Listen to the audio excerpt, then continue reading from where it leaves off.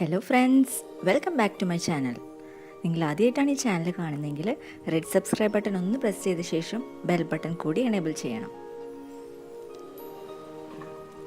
ഞാൻ ഇന്ന് തയ്യാറാക്കാൻ പോകുന്നത് ഒരു അടിപൊളി തക്കാളി കറിയാണ്. ഇത് പെട്ടെന്ന് തന്നെ ഒരു 2-3 മിനിറ്റിൻ്റെ ഉള്ളിൽ തയ്യാറാക്കിയെടുക്കാൻ പറ്റും. അതുപോലെ തന്നെ നമുക്ക് ചോറിൻ്റെ കൂടെ, ചപ്പാത്തിയുടെ കൂടെ, അതുപോലെ ദോശയുടെ കൂടെയൊക്കെ നല്ലൊരു കോമ്പിനേഷനാണിത്. ഇതിൽ ഉള്ളിയൊന്നും ആഡ് ചെയ്യുന്നില്ല, ജസ്റ്റ് നമ്മൾ തക്കാളി ഇട്ടിട്ടാണ്, തക്കാളി മാത്രമേ ഇതിൽ ഉപയോഗിക്കുന്നുള്ളൂ. അപ്പോൾ ഇതിന് വേണ്ടിയിട്ട് ഇൻഗ്രീഡിയൻസ് എന്തൊക്കെയാണെന്ന് നോക്കാം. തക്കാളി എടുത്തിട്ടുണ്ട്, വറ്റൽമുളക്, മുളക് പൊടി, മഞ്ഞൾപ്പൊടി, ഗരം മസാല, മല്ലിപ്പൊടി, കുറച്ച് കടുക്. അപ്പോൾ നമുക്ക് ഓയിൽ ഒഴിച്ചിട്ട് കടുക് ആഡ് ചെയ്ത് കൊടുക്കാം.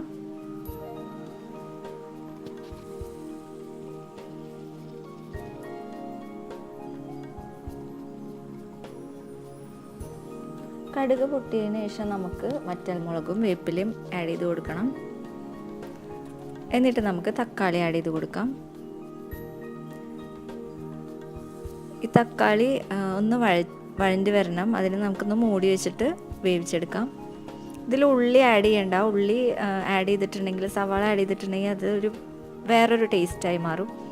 അപ്പോൾ നമ്മുടെ തക്കാളി നന്നായി വഴണ്ടി വന്നിട്ടുണ്ട്. അപ്പോൾ നമുക്കിതിലേക്ക് മല്ലിപ്പൊടി, മഞ്ഞൾപ്പൊടി, ഗരം മസാല, മുളക് പൊടി ഒക്കെ നമ്മുടെ ആവശ്യത്തിനനുസരിച്ച് ആഡ് ചെയ്യാം.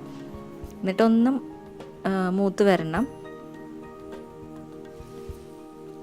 എന്നിട്ട് നമ്മൾ ആവശ്യത്തിന് വെള്ളം ആഡ് ചെയ്ത് കൊടുക്കുക. നമുക്ക് നമ്മുടെ കൺസിസ്റ്റൻസിയുടെ അനുസരിച്ച് ചിലർക്ക് കട്ടിയുള്ളതാവും ഇഷ്ടം, ചിലർക്ക് കുറച്ച് വെള്ളം പോലെയുള്ളതാവും ഇഷ്ടം. അപ്പോൾ ഒക്കെ നമ്മുടെ ആവശ്യത്തിനനുസരിച്ച് നമുക്ക് ആഡ് ചെയ്ത് കൊടുക്കാം.